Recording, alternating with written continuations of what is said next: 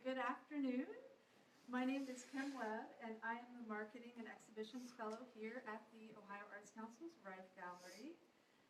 Our beloved director, Mary Gray, is not able to join us today because she's getting some new eyeballs, and we all wish her the very best in her surgery.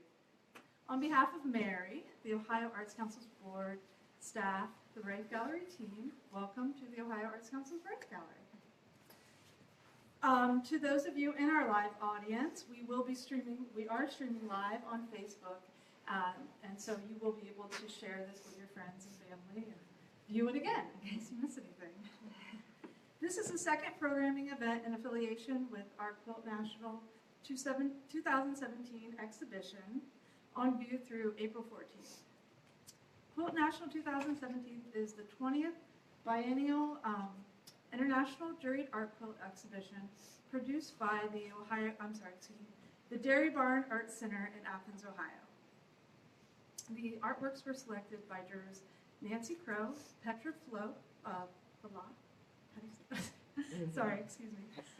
and Art Martin.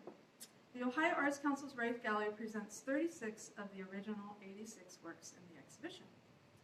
I am honored to introduce our speaker today, an artist who has played a significant role in Ohio as an artist and educator, working in a variety of ways and mediums. Her work in this exhibition, A Chorus of Cicadas, located across the gallery near the bay windows, has been a favorite of mine and expanded my understanding of what a quilt can be. I appreciate the way Kate has pushed the medium and for her to be an artist working and representing Ohio. Kate Gorman is a visual storyteller. She loves stories and telling them through pictures. She works in fabric because of the tactile and textural qualities inherent in cloth, as does narratives because of the story is a natural starting point for her. Her background is in illustration and literature. After working many years as an illustrator for hire, working in watercolor and pen and ink, she fell in love with textiles and began making contemporary narrative art quilts. When not in her studio, Kate works at the Goodwill Art Studio and Gallery in Columbus, Ohio, creating art with artists and adults with disabilities. She is an Ohio Artists Council residency artist, traveling around the state, sharing her love of narrative quilts with school children of all ages. Please join me in welcoming Kate Gorman.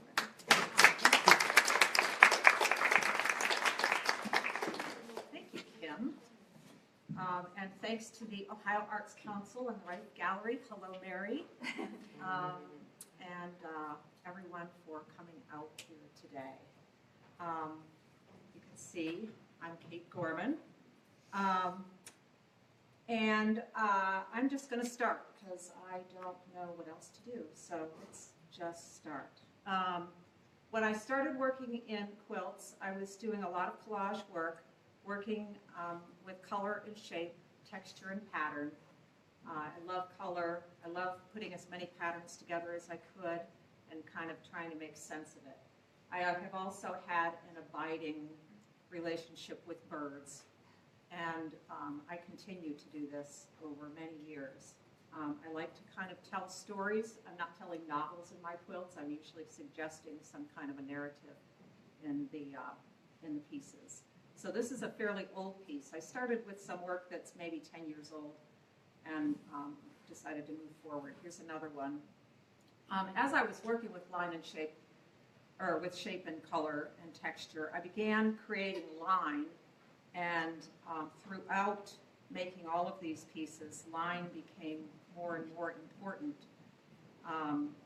Also telling stories. This is a retelling of Adam and Eve. And this one, I think I was listening to a book about an albino blackbird when I made this one. My son is Icarus. He was about 16. I was really worried that he was going to fly too close to the sun. He was a risk taker. He has a few times. There's a close-up of him. I don't know, maybe 7 or 8 years ago, I started to feel like I was stuck and not quite sure what I wanted to do with my artwork. This piece is kind of a working through that. I was still using, I was using birds, kind of literally, story ways, metaphorically, and this is kind of me looking at creativity, using it, and kind of seeing, is it alive or is it dead? Having a conversation with that to kind of kind of work through my direction. And that is a close-up of the bird skeleton. There are 88 little pieces of white fabric in that. Yeah. And then I was awarded a residency in Sweden for 1 month, and it was beautiful. And this is 11 o'clock at night, looking out from my studio window. And it was in a part of Sweden called the Avian Kingdom, which is home to migrating birds. And every night I was treated to this murmuration of starlings that just flew over the town. It was beautiful because there were levels and levels and levels. You could see the depth. It was like looking into the ocean almost and seeing all these different levels of birds, ones that flew up here and here and here and here. It was really, really just amazing. And I got acquainted with the magpie, which is like a crow over there. They're very, very numerous. They're much more beautiful, like a crow wearing a tuxedo. And also lots of poppies and wheat fields. And I started working, still working with collage, but more linear. This is, you can see I have stacked birds a few times. I will probably stack birds again. There's something kind of wonderful about that. I don't know what, but I made these when I was there. And started doing some hand stitching also on the piece to kind of create some accent. So I'm machine stitching and hand stitching on these. And then this is kind of the last piece in that series. This was in the Ohio Designer Crafts Best of 2012, maybe? I know it won the award, the Challenge Award, but I don't remember what year it was. Every time my husband looks at this, he says, "You have to tell them what that little window is." And I have to say, I have no idea. I just liked it. It needed to be there. Here's a close-up of that. I also work as an artist in the schools. I've done that for about 20-some years. The first quilt I made was in my daughter's here. She was in 3rd grade. I made it in her class and got that done and thought, I should do this everywhere. And I have. I've been all around the state of Ohio working with kids and adults making collage quilts. We do a lot of murals, and I make a lot of community-oriented quilts. I think this one is Clinton Elementary School, right here in Columbus, Ohio. And it's really fun. It's so fun because I can work with an entire school. I can have 1st and 2nd graders making flowers and 4th and 5th graders making people, and just get as much stuff as I possibly can and see if I can put it together and make something that makes sense. And it almost always does, but I won't show you my failures. So this was a high school piece that I worked, that I did in Portsmouth, Ohio, and the idea was that we were going to make something for the Cancer Center in Portsmouth. And the Cancer Center sits up on a hill, and there's a huge picture window in a waiting room that looks out over the river to the Kentucky hillsides. So we decided we were going to make pieces to go on either side. So we made daytime on one side and nighttime on the other side. And one of the sessions, the class and I went to the Cancer Center where we met with cancer survivors, and they wrote words of hope on the wind that became the wind, and you can see that written up there. And there's the nighttime scene of that. So this is high school. I also went to the senior center and had seniors working on flowers for me. I did a residency at the Ohio School for the Blind, and we worked very tactily. We worked with felted sweaters and buttons and stitching. And I tell you what, learning how to tell somebody how to sew without using a visual is really challenging, but it was terrific. And I had a lot of pictures of the kids, but I was told I can't show pictures of the kids, so I'm going to show you the unveiling ceremony, which instead of being up on the wall like you usually would do, the piece was laid flat on a table, and all of the children walked around and felt for their piece. And it was probably the most amazing unveiling I have ever been to. It was just incredible, because the kids would walk around and, oh, there's mine. I know that button. The last residency I did was working with natural dyes at a school here in Grandview, and we made an outdoor installation. It's a temporary installation. It was called Invisible Inks.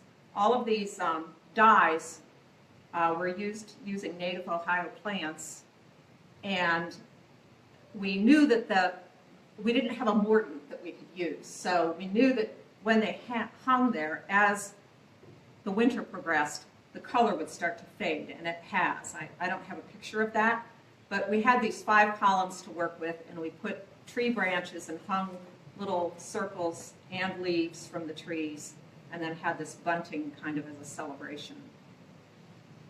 During all this time, I started to become more and more interested in line and wanted to explore that more, both on paper, on other surfaces, and on textiles. And I'm going to show you some pieces that are done on clayboard. I have a lot of sketches and unfinished work in here. I hope that's good with you guys, because you're going to have to see it. Anyway, I like this. Sometimes the sketches have a lot of spontaneity that doesn't come through in the final piece. And so I like to have those in there. Clayboard, if you don't know what it is, I have a sample right here, a finished piece, and you can touch it. It's a piece of masonite that's been coated with a kaolin clay and gesso surface. It's very smooth and really porous, and it absorbs, and it's really beautiful to work on if you like to work with markers or pens or dyes. And when I started doing this, I was working on a series based on the Wallace Stevens poem, 13 Ways of Looking at a Blackbird. Don't want to make more work for myself. Anyway, I've always liked that poem. Its stanzas are very short and very visual, and so I kind of use that as a jumping off point to create some new work. And these are all done with markers and pen on the clay surface. And this one is not from the blackbirds, but it is more birds. This one was supposed to be a collaboration. My friend bought 3 clay boards and said, okay, we're all going to work on them and then pass them around. And I started on mine, and I was like, no, I'm not doing that. You can't touch it. This is the very last thing I did. This is on scratchboard, which is clayboard that has black ink over it. It looks blue because I put it in Photoshop and did dramatic cool for my Christmas card.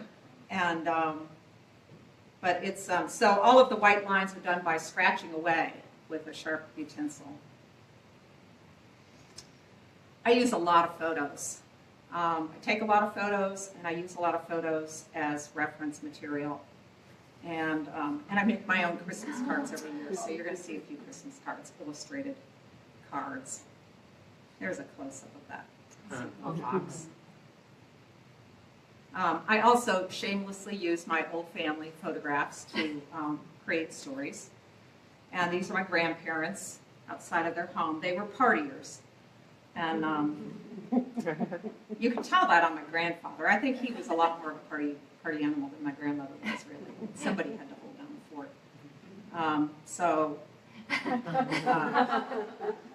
And that's on clay also. There's a close-up of the birds flying out of the house. Uncle Joe and Aunt Ina. He looks like such a rake. I think all the men in my father's family were kind of Shameless. I did serious him up for this piece, though. I tried to do him smiling, and he always just looked so bad. I thought, no, I got to make it serious. I love this photo. I have used this for so many sketches. The woman in the middle is my great-grandmother on my mother's side, and her brothers. I particularly like the one, this guy, whose name is Archibald. And they all look like they're wearing Groucho glasses or something, right? But they're just hilarious. I've used him many times. I have a piece here where I have him too. So there's a sketch started. And here's working on fabric again. So the sketch of him is on fabric, and then I glued it into a sketchbook. My great-grandmother on my mother's side was a seamstress in Glasgow. They lived in a tenement. I can't even imagine what the rest of that space looked like when that is so full of stuff. But this began an inspiration for a few pieces. She had an industrial sewing machine. I have no idea how they afforded that, but they did. And I have been working on a piece about her for a while. These are some sketches. I'm going to put birds in it. She had 8 children, and that will be part of it. And it's still, but you can see it's still in the formative stages. So I had to put this one in here because it's so funny. So I guess my grandmother got up, and one of her daughters said, "Here, let me pretend like I'm making this beautiful thing." And she got there, and then on the back of this postcard, which I have at my house, it says, "She ain't as angelic as she looks."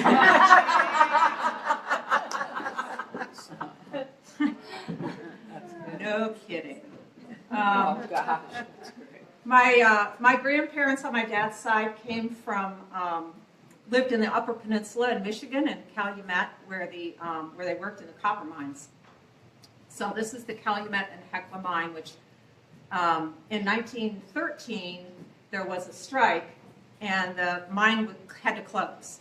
Or actually, it reopened eventually, but my relatives all moved to Detroit about at that time. They just didn't have jobs.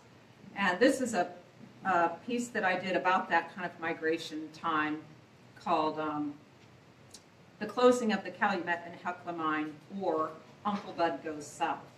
And here's a close-up of him, just so that you can see. All of the solid lines are done with ink or thickened dye, and all of the tiny dots are stitches. It took a long time. This is my Aunt Bern, and this is her piece. This was the first piece I had in Quilt National in 2013. It's called Bernadette and Artichokes. And because I wanted to do thistles, because her family was from Scotland, but they were so big, they looked more like artichokes. And that's kind of interesting, I don't know. There's a close-up of her. And this is my grandmother. It's her on the, she's the one holding the photograph. And if she's holding a photograph of her, she was a really fun grandma, but after she died, we found out that she was a terrific liar and storyteller. So she had told us that she had immigrated from the United States. When she was 2, her family moved to Scotland, where her father worked for the phone company, although he couldn't read. And what we learned after her death was that her family had come from Lithuania, escaping pogroms, they were hoping to go to the United States. They got as far as Edinburgh, and this happened a lot, I guess. The boat captain said, "This is it, get off." So they were kind of forced to go, well, they weren't forced, but they went and worked in coal mines. And she's the one who lived in the tenement. So this is her. This piece was in Quilt National 15. It's called A Keeper of Secrets and Parakeets, because she kept secrets.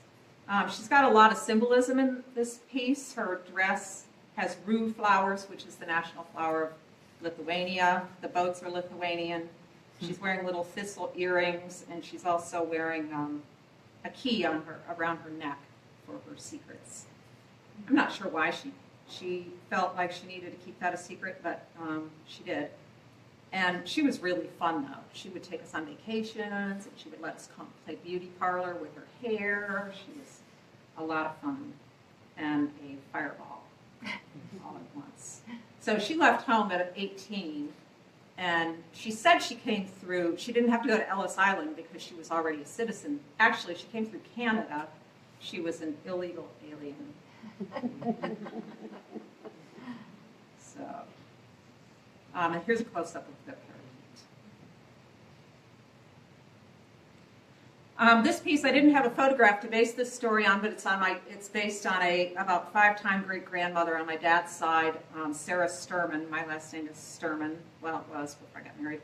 And she had a child out of wedlock in about 1820. She lived in England. So this is kind of a picture of her, both with her world kind of flying apart and looking to the future. All of the buildings there I got off of Google Earth. Thank you, Internet. They are buildings in the little town of Yelvertoft, where she grew up. It's somewhere near Nottingham, I think. And her son and her father eventually emigrated and came to the Detroit area.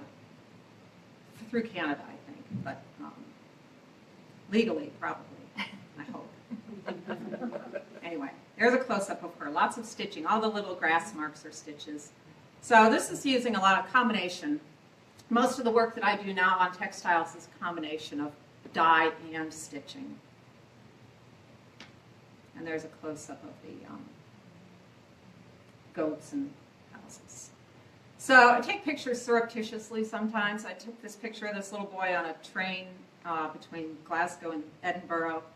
And he just, I don't know, there's something about him that just captured me.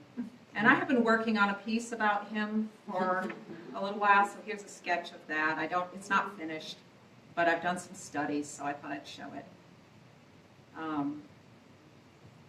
I also use my friends. This is Debbie Griffing. Some of you know Debbie, some of you who are here.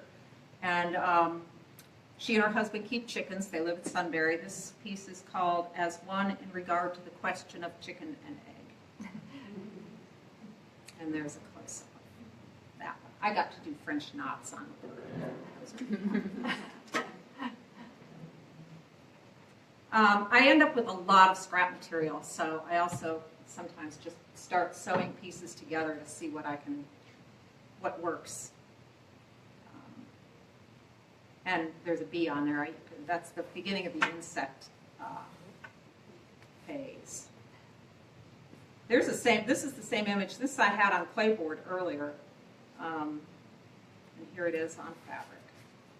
So the cicadas. The cicadas are over there. You can go see it if you haven't. This was the first cicada that I did, and I kind of like its kind of space age look. He looks almost like he could be in Star Wars. So in 2016 was the reemergence of the 17-year cicada in Ohio.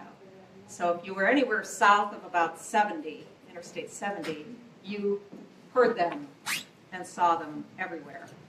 And I have a friend in Athens who texted me one day, and she said, I'm inundated with cicadas. Make a piece about cicadas. And I said, oh, okay. So I started drawing them and realized that they're just absolutely beautiful to draw. And one of the things that I loved about doing the research is finding out that in Australia, cicadas have really great names. America, not so much. Europe, not so much. But in Australia, you can find a cherry-nosed whiskey drinker. You can find a flowery baker and a black prince, and they're all labeled. You can look at that piece. I don't have a close-up, I don't think, no. I did start to realize that it's really kind of fun to just do pictures of nature, too. I don't always have to tell a story.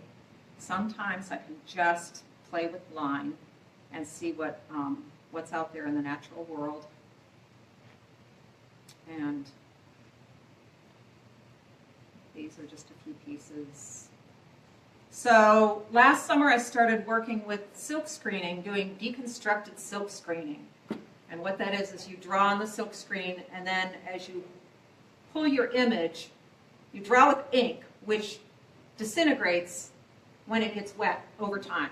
So you start making these silk screen prints, and every print changes a little bit. So it goes from being very dark to being almost nothing. And it also changes the flowers on the, whatever side it is for you, the flowers, are, they're drawn directly, but those dotty areas that look like islands on a map, those are part of the silk screen.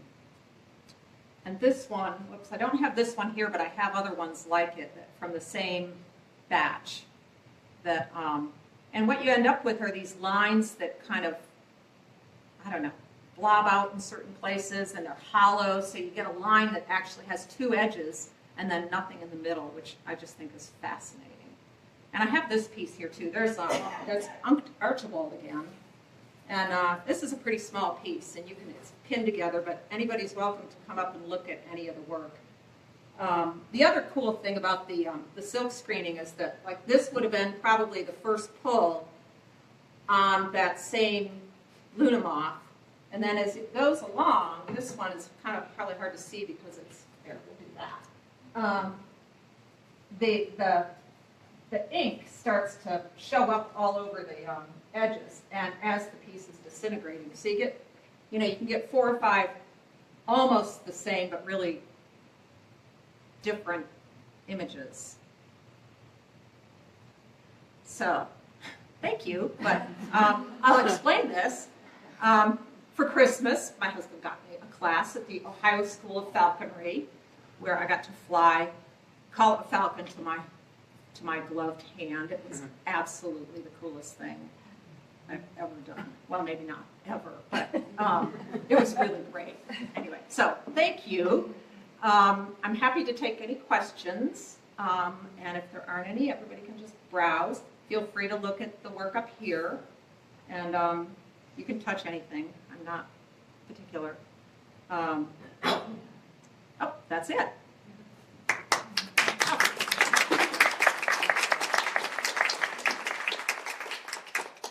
Yeah, I don't understand your silk screen process. I mean, so you paint, So you draw with thickened dye. So you take.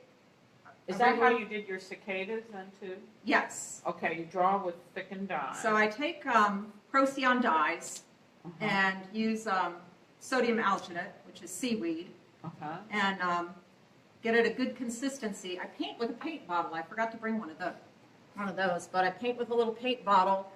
So on the silk screens, what I'm doing is on the front of the silk screen, I'm drawing the moth or whatever it is, and then let that dry.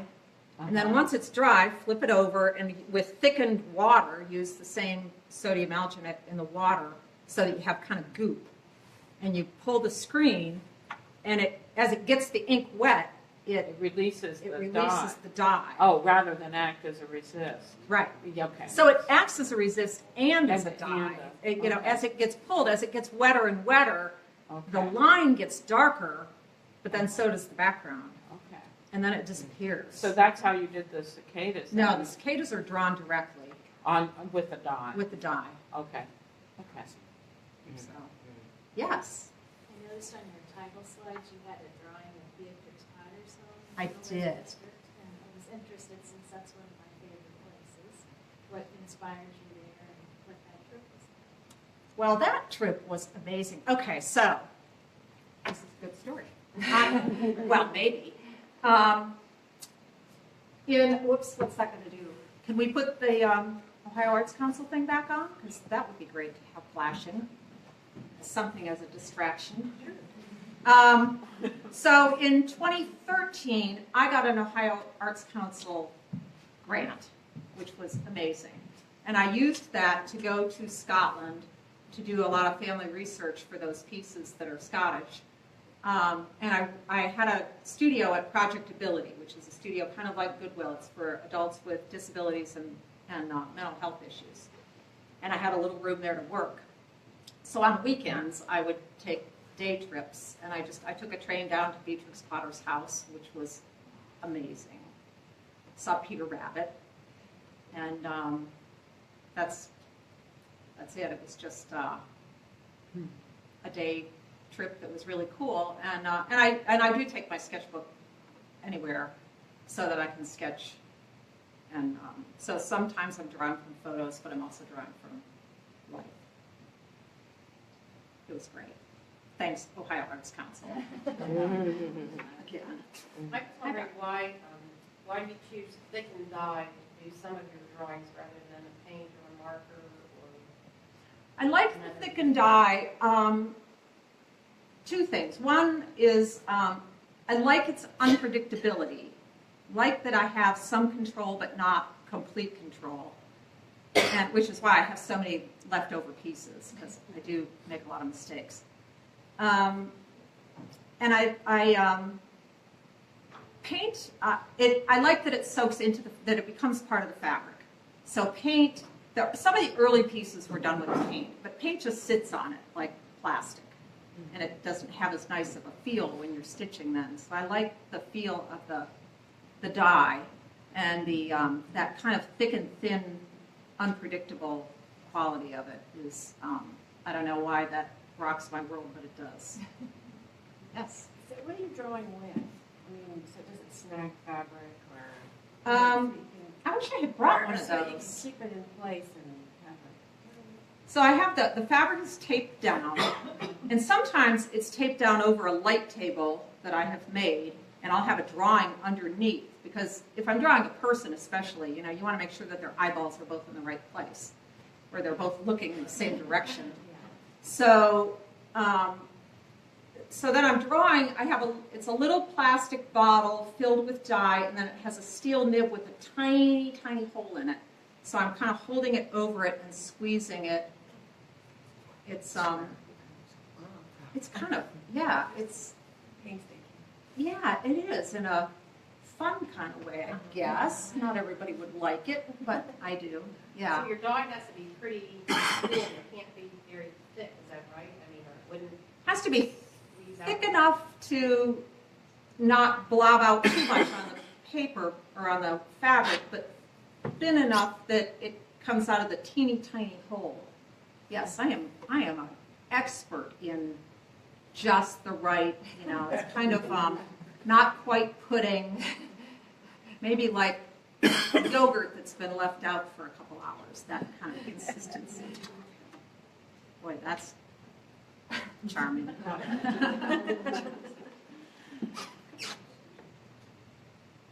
it? Wow. Yes. I know that our next event is pretty exciting. Do you want to talk about that a little bit? A Oh, month gosh. from today? It's a whole month away. I haven't really planned that yet. Yes, in a month we are going to be doing a mixed media. What is it that we're doing? Narrative textiles. Narrative textiles. Well, we probably won't be doing anything that takes a long time to dry, I'm sorry to say, because we only have 2 hours. So we will be mixing up fabric and line. We'll be working with paper and textiles and probably pens and maybe some like matte medium or something like that isn't too. We won't be working with thick and dye, I'm sorry, because it's a days-long process. It's, you do it, then you have to cure it for a couple of days, and then you rinse it, and then you make sure you like it, and, it's just, it's not going to happen. But it'll be fun. And it's drop-in. It's 11 to 1 on March 8th. March 8th. So you all are welcome. Yes. Space is limited, so come early. And we'll probably use text and, I don't know, make narratives, little tiny narratives, right? Just for Fun. to take home. Thank you for reminding me of that plug. Yes. Any more And questions?